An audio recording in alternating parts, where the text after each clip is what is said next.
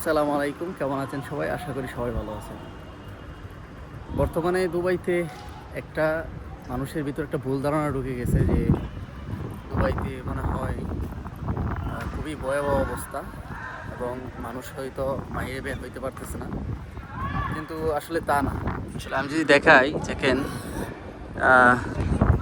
মানুষ আসলে কর্মজীবনে ব্যস্ত, কেউ ডিউটিতে যাইতেছে, কেউ আসলে দেখেন তারা এই যে এদিকে তারা খেলাধুলা করতেছে ওইখানে।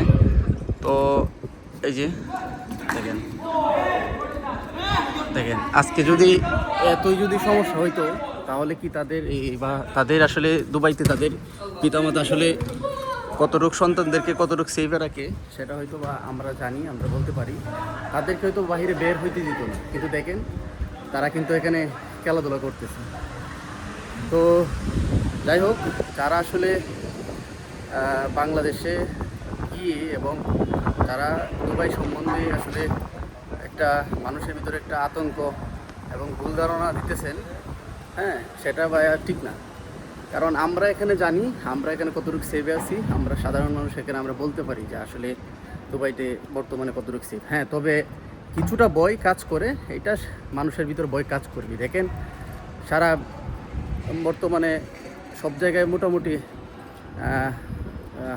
যুদ্ধ চলতেছে, কিন্তু সেই হিসাবে একটু আতঙ্ক কাজ করে, এই বাস এতটুকু। কিন্তু এই না যে আজকে প্রত্যেক জায়গায় হামলা হচ্ছে, মানুষ বাইরে বের হইতে পারতেছে না, দেশে যাওয়ার জন্য কান্নাকাটি করতেছে, বিষয়টা কিন্তু এমন না।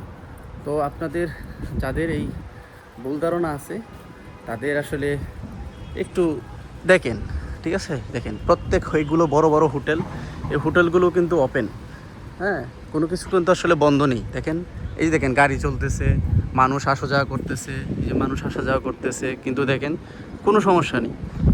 তো সমস্যা খালি ভাই আমাদের বাংলাদেশের মানুষদের, হ্যাঁ, তারা আসলে এত বিবিসি নিউজ, এই নিউজগুলো আসলে তারা কোথায় পা আল্লাহ ছাড়া কেউ জানে না। ঠিক আছে, তো আমরা সেভ আছি, কোনো সমস্যা নেই। এবং আমি নিজেও যাইতেছি আমাদের দোকানে। সবাই ভালো থাকবেন এবং সুস্থ থাকবেন। আল্লাহ হাফেজ, আসসালামু আলাইকুম।